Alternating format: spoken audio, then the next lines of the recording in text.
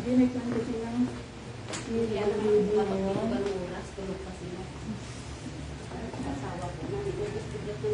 sabi niya, mama. Sabi niya, buti daw ito.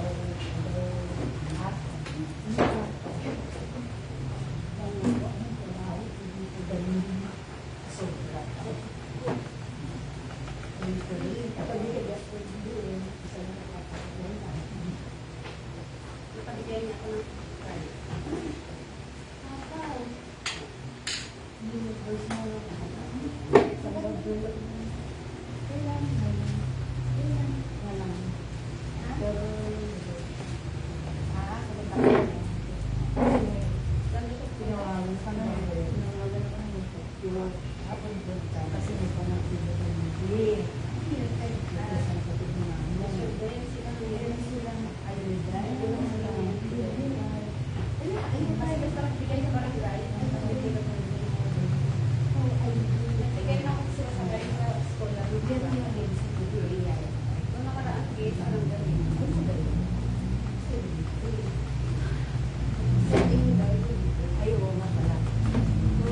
Kaya babalik ko yung tombok ako na wala ko. Kaya ang hirap ako sa malaking bag. Nagkakagala ko rin. Ganun-ganun ko lang dito. Ako maramdaman ko.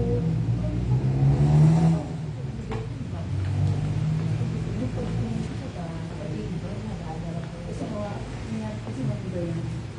Mag-igabi ko.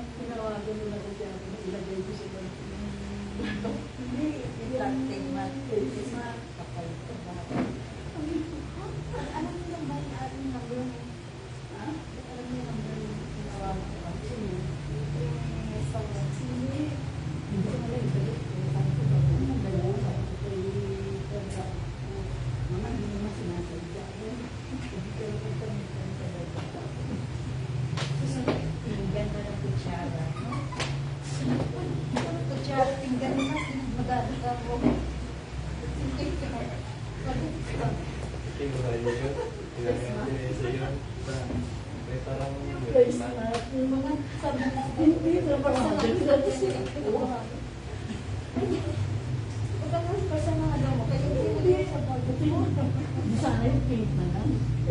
Doon eh. Oo. Nung nasa kwenta ako, nung nasa bahay. Balik tayo, sabi sa akin, nung pinamita hindi. Sabi siya, sanay naman yung isang mo. Balik tayo.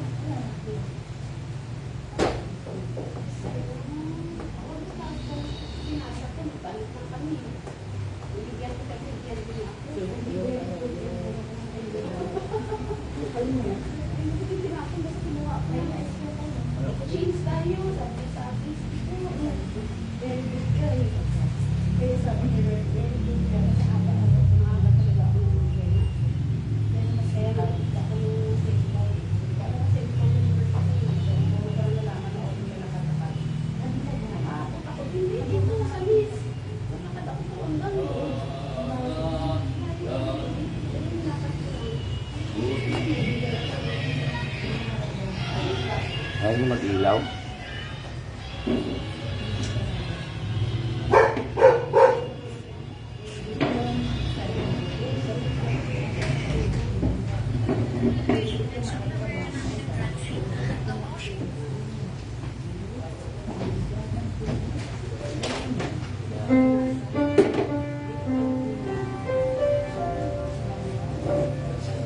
Hello, saan si kuya niya? May laro pa daw yata po sila po. Hello? Pero punta ko yata siya. Kaya kung makakaabot na siya. Naglalaro sila. Saan sila naglaro raw? Baka dito Kita? po sa Calvasol.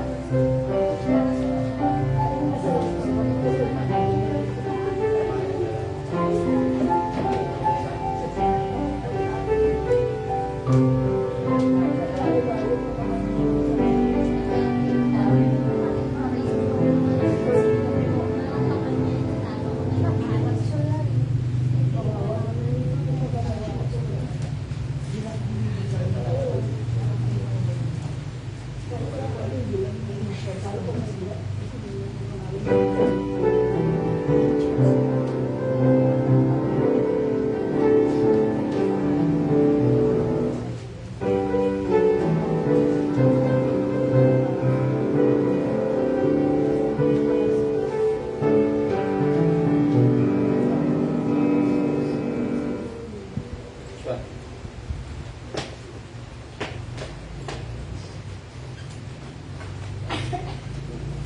Amen.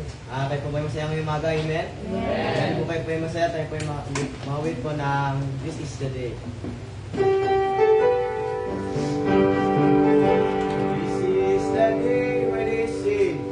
This is the day, this is the day that the Lord has made, that the Lord has made. We will rejoice and be glad in it, and be glad in it. For this is the day that the Lord has made. We will rejoice and be glad in it. This is the day that the Lord has made. Asa pa, nakila ang Diyos. And ready, sing. Nakila ang Diyos, makapangyarihan, walang di niya magagawa. Nakila ang Diyos, makapangyarihan, walang di niya magagawa. Bundok kay Kanya, batang Kanyaring, likha niya mga bituin. At what? Nakila ang Diyos, makapangyarihan, walang di na magagawa sa'yo. Amen. Nabuksan po natin ating Bible dito sa Proverbs chapter 2.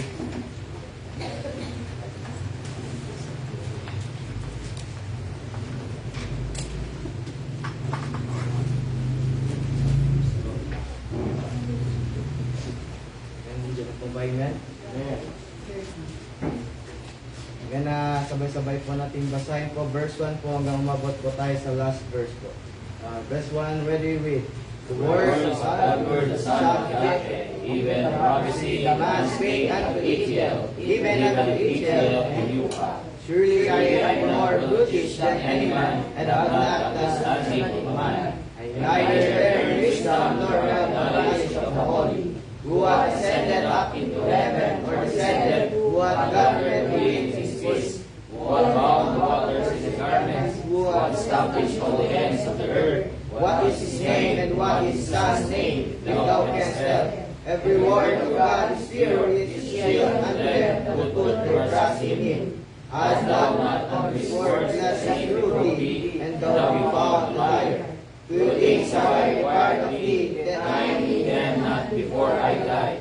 Remove far from me vanity and lies, give me neither poverty nor riches. Feed me with food convenient for me, lest I be full and deny thee, and say, Who is the Lord? Or lest I be poor and steal and take the name of my God in vain. He is not servant unto his master, lest he curse thee, and thou be found guilty. There is a generation that curseth their father, and doth not bless their mother. There is a generation that are pure in their own eyes, and yet is not washed from their filthiness. There is a generation how lofty are their eyes, and their eyelids are lifted up. There is a generation whose teeth are swords, and their jaws as knives, devour the poor from the earth, and the needy from among men. The horses of the daughters crying, Give, give. There are three things that never satisfy. Yea, 4 things say not, It is enough. The grain and the barren womb, and the earth is not filled with water, and the fire saith not, It is enough.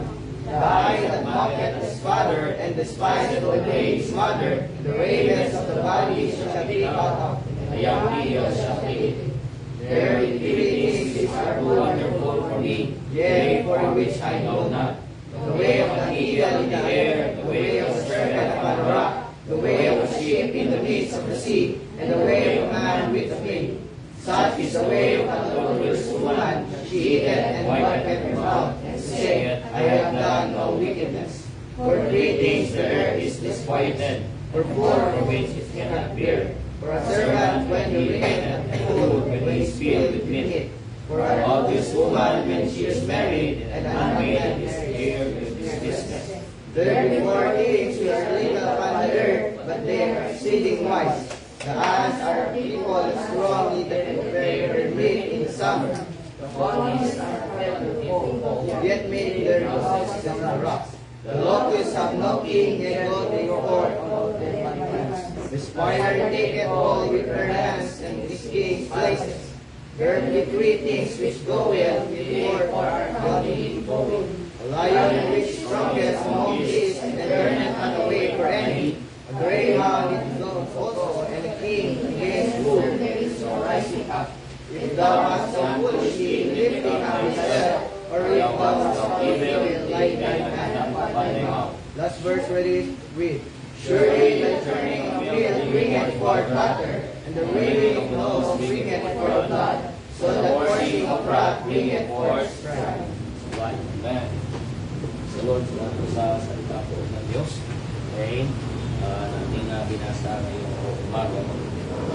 Sabi niya sa verse 33, Surely the churning of milk bringeth forth father, and the wringing of nose bringeth forth blood. Ikaw ay sa milk, sabi ng Bible, tawag nun, ang ginagawa ko nila. Nakakala mo sa butter. Okay? Pero pag ang ilog mo ay pilitin mo ng pilitin yan, lalabas siyang dugo. Amen. What does it mean? Nakita po natin, kung in-emphasize natin yun po yung ma-expect. Amen? Emphasize natin soul winning, then we do soul winning. Amen? Emphasize natin ng singing, then we do singing. So, salamat sa simbang ito, kapatid. The main thing is soul winning. Amen? And let us always emphasize soul winning. So, ngayong umaga, tayo po yun doon sa ating text verse. Buksan natin 1 Corinthians chapter 6. 1 Corinthians chapter 6. Verse 19 to 20. Basahin natin ang 1 Corinthians chapter 6, verses 19 to 20. Ayan kayo. Where he read, What? Know ye not that your body is the temple of the Holy Ghost which is in you, ye are of God, and ye are not your own. For ye are bought with a price, therefore glorify God in your body and in your spirit, which are God's. Ang ating devotion ngayong umaga, the body of us all. Ilang Diyos, salamat po. Ngayong umagang ito, pinagkalagay po kami naman sa midnight rest. Salamat po kami sa pagpalang araw. I-bless po kami na itong sa devotion. Bago po ang aming po na pagpunta sa area, sa kaakay po kami ng hallelujah. Salamat po sa anak po ninyo po, Panginoon Lord. Muli, Lagi kasama po ang sa pag-aakay po ng kaluluwa as main thing of your church po, Panginoon, your work, soul winning po, Panginoon. Bless you po kayo ni Lingkod, pangaral, at kayo po mamuna po kayo magpala sa bawat isa. Dito po sa mga kapatiran ngayon na kaya live streams na rin po nakatune in sa kanilang lugar o sa bawat area ay po ang sumubot ng pangailangan. Bawat isa sa ba't ito idalangin po namin niling sa pangalan ng Panginoon Jesus. Amen. Kayo po yung mga kopo at pag-aralan na po natin na isa-isa na po natin mga kapatid. Amen. Sa iba't ibang bahagi ng ating katawan. What we call that, the senses of our body. So we have the eyes, the sense of seeing. We have the ears, the sense of hearing. We have the we have the mouth, the sense of speaking. Okay, and we have the feet, we have the hand. Okay, ngayon naman po mabatid about the body. Okay, the body of a soul winner, ang katawan ng isang soul winner. Kasi hindi ka naman makapag-soul win, mabatid pag wala kang katawan, amen? Pag espiritu ka lang, hindi ka naman makapag-soul win. Pag yung kaluluwa na lang, hindi ka na makakapag-soul winning. Kaya ibig sabihin niya, habang buhay tayo, mag-soul winning tayo. Amen? Hindi ka na makakapag-soul winning isang araw, pagpatay ka na. Okay?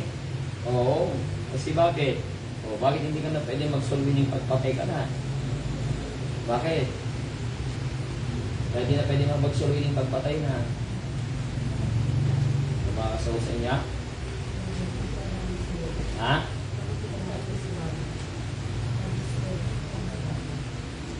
Bakit hindi na po pwede? Okay, paglakad-lakad ba tayo dito? Okay, saan ba tayo pupunta? Pag tayo namatay na, langit na. Hindi ka pwede mag-soul winning doon. Bakit? Dahil wala kang unsaved doon. Ano yun? Kaya nga, habang buhay tayo, nandito pa tayo sa ating katawang lupa, we ought to be winning souls. Tayo po'y mag-aakay na ng kaluluwa mga kapatid. Okay? Kaya nga, the body of a soul winner, makita po natin yan. Una, sabi ng Bible, sa ating binasa, what? Sabi ng Bible, what? Know you not that your body is the temple of the Holy Ghost? Number one, the body of a soul winner. Number one, temple of the Holy Ghost. Templo ito ng banal na espiritu. Ito po'y tahanan ng banal na espiritu. Itong katawang lupa na meron tayo, ito po'y tahanan. Nung tinanggap mo si Kristo ay nanahan sa iyo. Ang banal na espiritu ay nanahan sa iyo. Amen? Amen? Kaya nung tinanggap natin ang Panginoon, ang nanahan sa atin ay ang banal na espiritu. He is the comforter of the saved, of the soul winner. A soul winner's body is not his own, it is God. It is God's dwelling place. You see, mga kapatid, naging tirahan ka ngayon ng banal na espiritu. Okay? The third person of the triune God. Okay? What is the triune God? Who is the triune God? The Father, God the Son, and God the Holy Spirit, or the Holy Ghost. So tayo po'y naging templo na, tahanan ka ng third person. Okay? The third person of the Godhead. Pag sinabi mo rin Godhead, yun po yun, triune din po yun. That's the Trinity. When we read Godhead from the Bible, that's the Trinity. You see, mga kapatid, kaya nga, hindi tayo pwedeng makapag-akay ng kaluluwa kung ang buhay natin ay kumukontra sa Espiritu ng Diyos na nasa ating loob, nasa ating katawan. Okay? Since the Holy Spirit is residing in us, we cannot win souls if our life contradicts with the Holy Spirit. Kung ang buhay natin kontra sa Espiritu ng Diyos na nasa atin, hindi makapag-akay ng kaluluwa. We cannot win souls. Kaya hindi tayo gagamitin ng Diyos. Hindi tayo magagamit ng Panginoon, mga kapatid, kung kontra ang buhay natin sa banal na Espiritu na nasa atin. Kaya dapat naaayon ang ating buhay sa banal na Espiritu na nasa sa atin. Amen? We don't have power. Okay? Wala tayong power na mag-akay ng kaluluwa kung buhay natin salungat sa banal na Espiritu na nanahan sa atin. Dapat naaayon, mga kapatid, ang buhay natin sa banal na Espiritu na nasa sa atin. Amen? That's why we need to guard our eyes, we need to guard our mouth, we need to guard our habits because the Holy Spirit lives there. Bantayan natin ang ating mga mata, bantayan natin ang ating mga bibig, bantayan natin ang ating galaw, ang ating pag-uugali. Bantayan natin, mga kapatid, sapagkat tayo po ay tirahan ng banal na Espiritu. You see? Kaya naging tirahan tayo ng banal na Espiritu. Kung madumi ang buhay natin, masaya ba ang banal na Espiritu? Siyempre hindi. Amen? Kung tayo po ay puno ng dishonesty, kasinungalingan, masaya bang banal na Espiritu? We are making Him grieve in our hearts. Ginagawa natin ang banal na Espiritu ay malungkot, mga kapatid. Kaya nga, dapat ang gagawin natin ngayong umaga, pasayahin natin ang banal na Espiritu. Amen? Amen? Kaya yung purpose natin, mapasaya natin ang banal na Espiritu. Okay? Oo, kasi bakit? Ito po'y tala. Gamat mainit, siyempre mainit. Ang katawan nakakaramdam ng init. Amen? Okay? Sino bang hindi naiinitan ngayon? Bira, 47 degree ba naman ang ating temperatura? Samantalang nung February, January 17, ibig sabihin na doble na higit yung temperatura natin, no? Kaya ba? Okay? Pero ganun pa ba, mga kapatid, dahil ang gusto ng banal na Espiritu, dapat tayo po ay mag-akay tayo, amen? Kahit mainit, amen? Kaya sabi nga po, walang mas iinit sa impyerno, amen? Okay? Kaya kung naunawaan po natin ito talaga, mga kapatid, kaya walang makapagpipigil sa atin para gawin natin ang kalooban ng Panginoon. So number 1, the body of a soul winner, temple of the Holy Ghost. Number 2, sabi ng Bible, basahin natin ulit, verse 19, ready read, 1, know ye not that your body is the temple of the Holy Ghost which is in you, which ye have God, and ye are not of your own, for ye are bought with a price, sabi ng Bible. Number 2, bought with a price. Bought with a price. Binili ka, mga kapatid. Tayo po'y binili ng presyo, sabi ng Bible. Binili tayo ng halaga. Ano pong pinagbili sa atin, mga kapatid? Ang dugo ng ating Panginoong Hesus Kristo. We are bought with the precious blood of the Lamb. Okay? Precious blood of the Lamb. Binili tayo, kapatid. See, mga kapatid, ikaw at ako ay binili ng Diyos. Ay bakit? May mapapakinabangan bang Diyos sa atin? Wala naman Pero binili niya tayo. Ba't ka bibili ng isang bagay? Para mapakinabangan mo. Ngayon, kung binili tayo ng Diyos, mga kapatid, dapat mapakinabangan tayo ng Diyos. Amen? We are bought with the precious blood of the Lamb. Sabi nga po ng Bible yan, mga kapatid, sa 1 Peter chapter 1 verse 19, tingnan niyo po, basahin natin yan, 1 Peter chapter 1 verses 18 to 19, tingnan lang natin yan. Familiar verse. 1 Peter chapter 1 verses 18 to 19. Ready, basa, for as much as you know that you were not redeemed, you see that redeemed, tinubos ka, binili ka with corruptible things, as silver and gold from your vain conversation received by tradition from your fathers. So, hindi tayo nabili ng mga bagay na yan, hindi tayo binili, mapatid ng mga basta mo yung ibintana. Hindi tayo nabili, mapatid ng mga bagay na nasisira. Pero sabi ng verse 19, ready, but with the precious blood of Christ of a Lamb, without blemish and without spot. You see what kind of price we are being bought?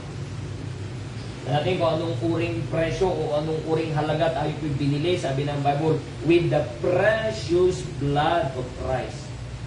As of a lamb, gaya din naman ang isang kordero na walang blemish, without spot, walang dungis, walang dumi, walang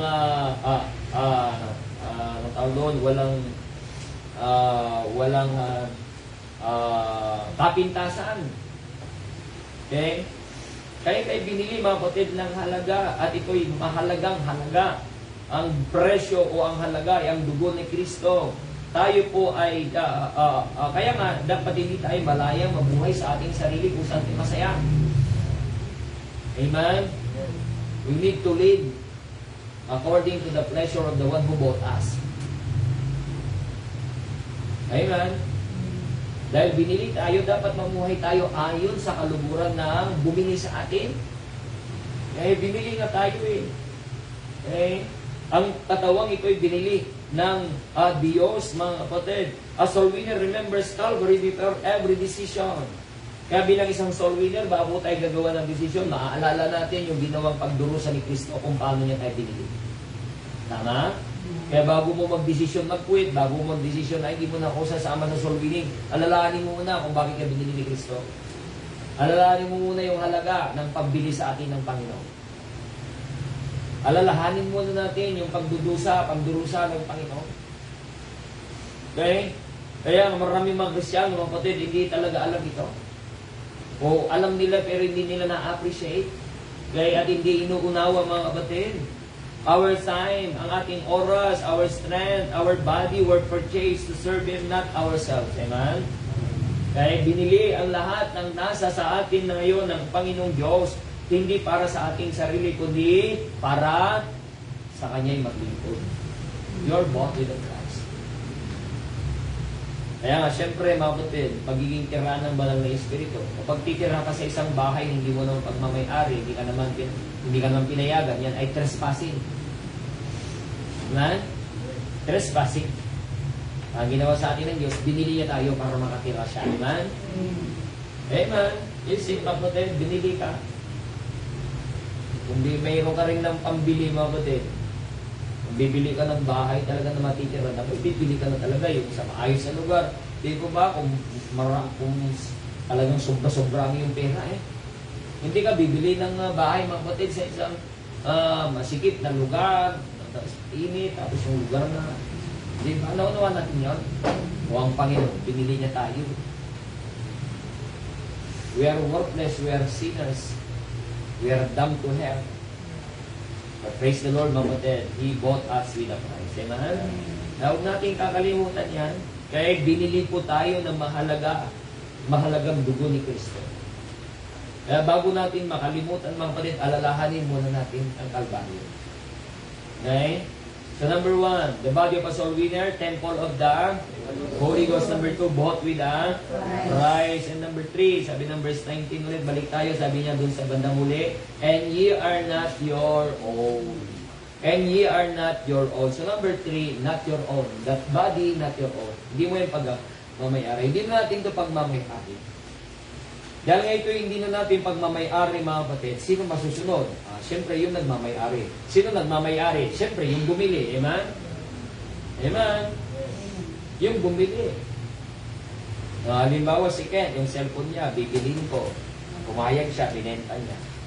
Wala na siyang pakialam kung paano ko gagawin. Gagamitin niya, amen? Pastor, bakit ganyan po yung profile? Bakit yung mukha niyo? Tinanggal mo na yung mukha ko. Kailangan na nga. Alam ka naman yung mukha mo pa ilalagay ko dun sa wallpaper ko. Akin na yan Ganon din naman ang Panginoon. Binili niya tayo. Dapat yung profile na ng buong buhay natin ang Panginoon, diba? Yung profile pic pa rin natin. Yung ating yung ating profile na, anong tawag doon? Filtered. Hindi totoo. Dapat yung profile na natin, ang buhay natin, ang Panginoon. Ang wallpaper na natin ay ang Panginoon. Kasi bakit hindi mo na pagmamayari yung katawan na yan.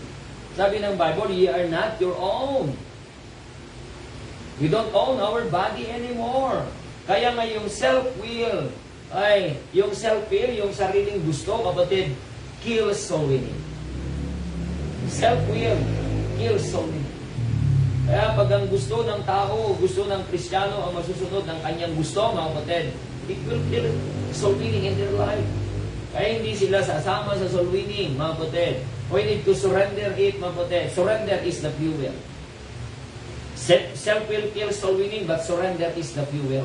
Pag tayo po nag-surrender, mga kapatid, amen, ipo-fuel po yan. Pagniningasin po yan yung ating pong will na mga pag-akay ng kaluluwa.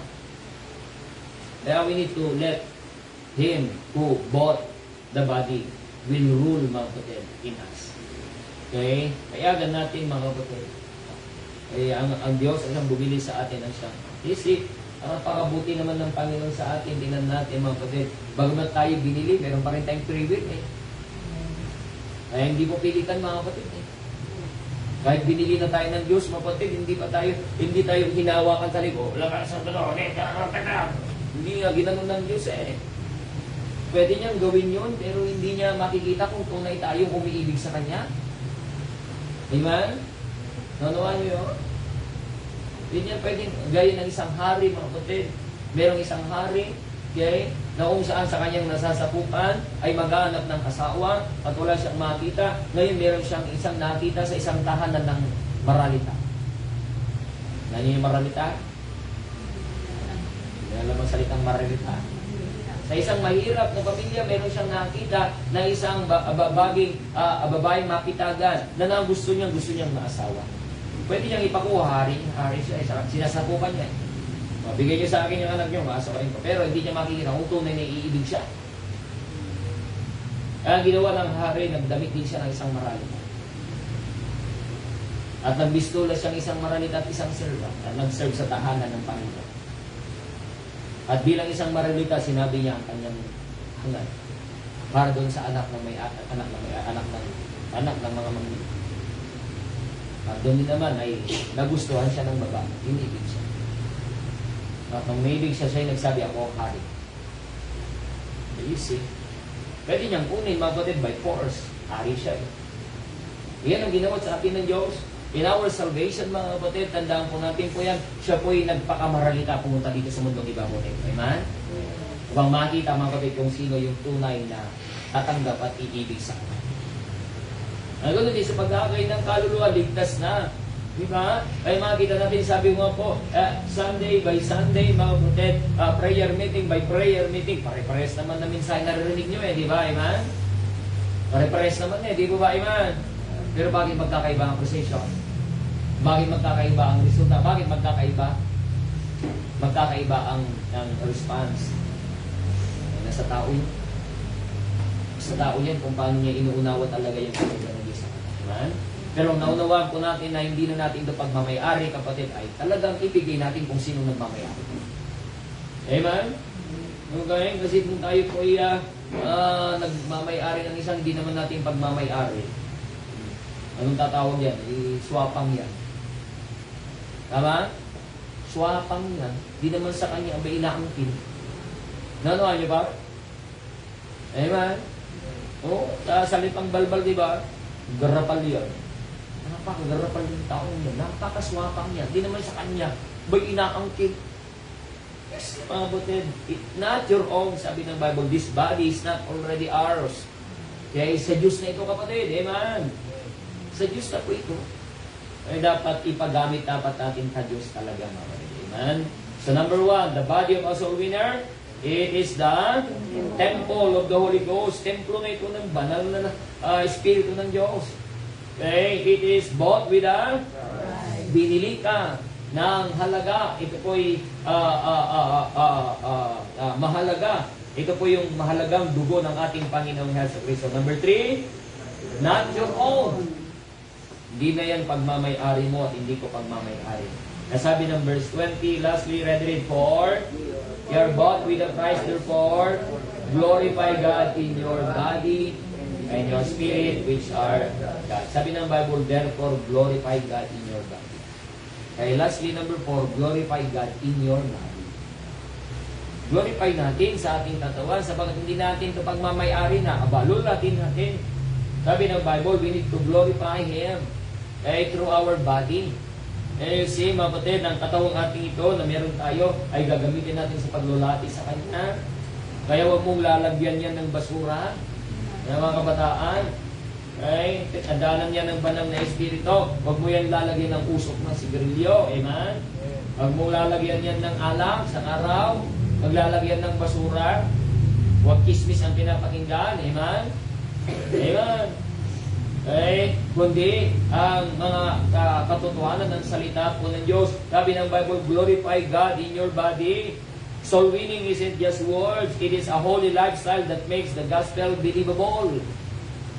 When your body, they see, people will see, people around us will see the gospel of Christ. Ay sasabihin, ay mga Kristiyano mga yan. Mga Kristiyano mga yan.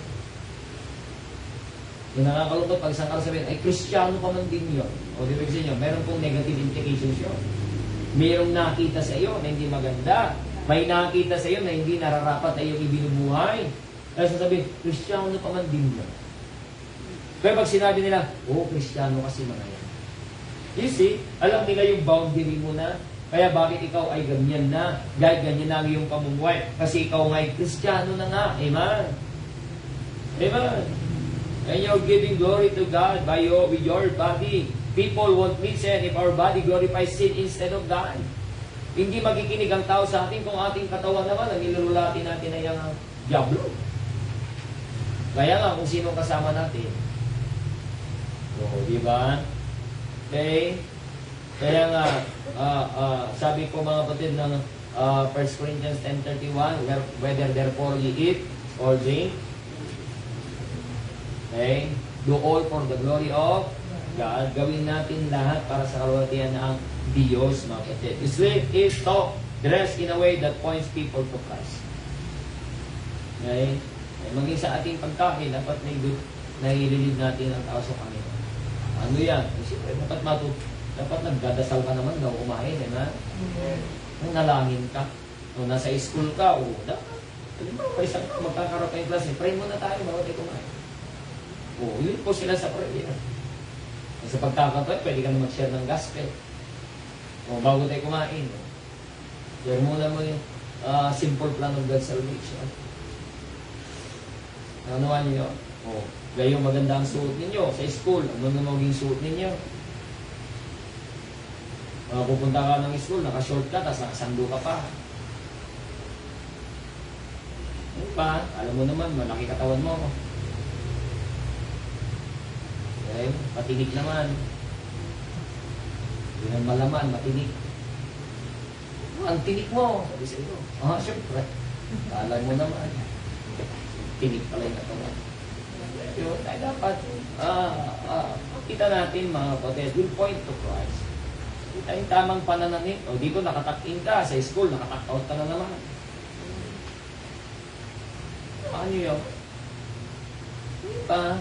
Dapat ay disente ka pa rin. Nakikita pa rin ng tao, disente ka, mga classmate mo. Yung dito maayos ka, ano ibig sabihin mo? Pag sa labas, hindi na maayos, ano ibig sabihin mo? Diba? Dapat tayo mga kapatid ay pakakitaan na nakapagluwalhati sa Diyos. A soul winner doesn't just use his mouth to preach. He offers his whole body as a living testimony. He surrenders his body as a living testimony. When your body honors God, your words about God carry weight. Okay? When your body honors God, your words about God carry weight. Pag tayo po, kapatid, ang katawang ito ay nagbibigay ng kalulutian, dangal sa Diyos, yung ating mga salita, kapatid, ay merong bigat. May bigat ang ating salita. Kaya makita ng tao, kapatid, ang paggalang. Sabagat mayroong bigat sa ating buhay ang mga salita ng Diyos na ating ikinapamuhay. Amen? Amen? Gagamitin natin ang ating katawan sa paglulahati sa Diyos. Kung pupunta tayo ng area, maayos. Yung ba? Maayos. Nire-represent natin si Kristo. Nire-represent natin ng Panginoon. Kaya makita nila dapat yung difference. Makita nila yung kaibahan natin. Yung mga sakit ni Hoba nga, yung mga Jehovah's False Witnesses, nandiyan sila, maayos na rin ang damit nila, maayos ang mga damit nila. Okay? Yung mga Mormons, maayos din ang damit nila, di ba? Maayos ang damit nila, pero nung dala-dala nila, mapatid, aral galing sa impyerno. Ito yung mga baptist, sabi natin, nasa totoo, tapos okay lang naman, hindi naman tumingin ang Diyos sa panlabas. Kaya, anong prinsipyo yun? Sila ang ayos ang damit nila ang turo nila hindi naman katotohanan ng Biblia kasi sinungalingan ang turo nila. Ang ayos ang damit nila, pupunta sila dyan. Tapos tayo mga baptist, magpupunta tayo para tayo manghampas lupa. Hindi naman tayo, wala tayong pera, amen? Amen? Pero nirepresent natin ang Panginoon, amen? Nung panahon na ako'y nagpo-promo, nung ako'y college, na kami nagbabahay-bahay, bira, nakanektay kami. Actually, doon ako natuto mag-nektay. First year college. Kasi sa simbahan naman namin, nagsisimba noon, wala namang kaming standard din. Wala namang Walang din naman suot nun. Kaya na ako yung nag-promo boy. Bira, ano ko yun, nakalong slave. Dapat nakalasit, tapos nakanektay. Binibenta lang namin gunting. Bibenta kami ng gunting, bibenta kami ng timba. Manektay ka, kasi bakit? Nire-represent mo daw yung kumpanya eh. Tapos yung mga baptist, sasabihin nila, okay lang naman yan, dahil naman natingin ang Panginoon sa panlabas. Kapatid, tama yun, di natingin ang Panginoon sa panlabas, pero ang tao natingin sa panlabas, amen? Amen? Kaya dapat makita na lang, maayos bihis natin. Pag pupunta tayo sa area, maayos yung kaitsuraan natin. Yung maniniwala talaga pupunta ka sa langit, amen? Amen? Mukha mo parang ang bagong gising lang, galing sa kama, hindi pa nangilamos.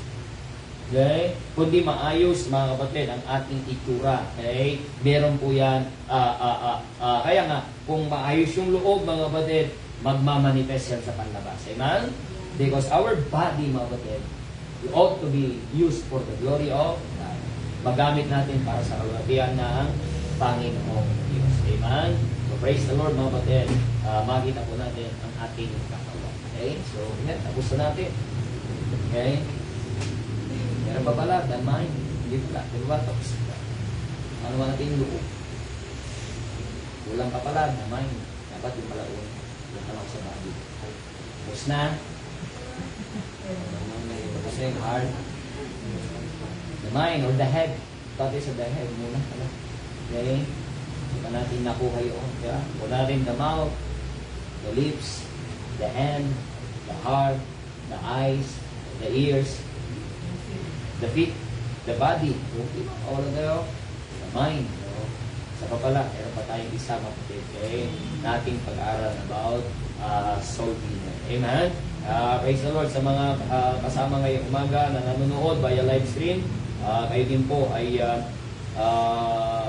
tumugon sa panawagan ng Panginoon ngayong umaga, mag-akay ng kaluluwa. Amen?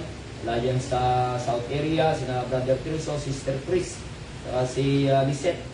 Okay? Good morning po sa Southwest area ay si Sister Joy, saka si Denise. Good morning po sa inyo. Sa nawawalang area ay si Shireen Faith Alariao. Nandiyan din po siya. Missing area. So, wala po. Tapos meron tayo isang viewer po dito. Nagnanalang Norma Cadimas. Praise the Lord. Salamat po for tuning in this morning. At sa iba pa na hindi po nagparamdam. Good morning po sa inyo. And let's go out win souls. And then tomorrow mabutid na tayo po ay meron po mga prospects na mabisita. Amen? Use our body to glorify God. Amen? Use our body to glorify God. Okay? Kaya nga, hindi ginagamit mga kapatid ang katawan para anong diyaw dyan? Mamusong. Hindi ang katawan ay pan-display. Alam ng mga kababayan, amen? I-display ang katawan. Hindi. Yan ay gagamitin para sa kalwatian ng Diyos. Amen? Amen. Amen. Are you blessed? Amen. Sige tayo po magsitayo. Tayo po manalangin. Kagilang Diyos, maraming salamat po ngayong umaga sa blessing. Kami po ay makapag-aral ito pong salita. Binigyan po kami ng katawan po, Panginoon Lord, upang magamit sa inyo pong kalwalatian. At pakalinisin nyo nga po aming puso't isipan po, Panginoon. Wala po maging balakid sa amin pong pagtungo sa bawat tao po kami ngayong umaga. Banal na Espiritu.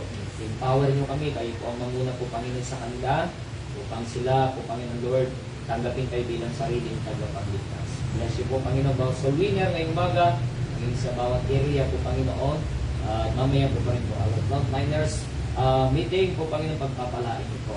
Bigyan po kami ng kaluluwa mga maliligtas at mga prospects po Panginoon, mga bisita para sa araw bukas ng ayong pong pagpanambahan.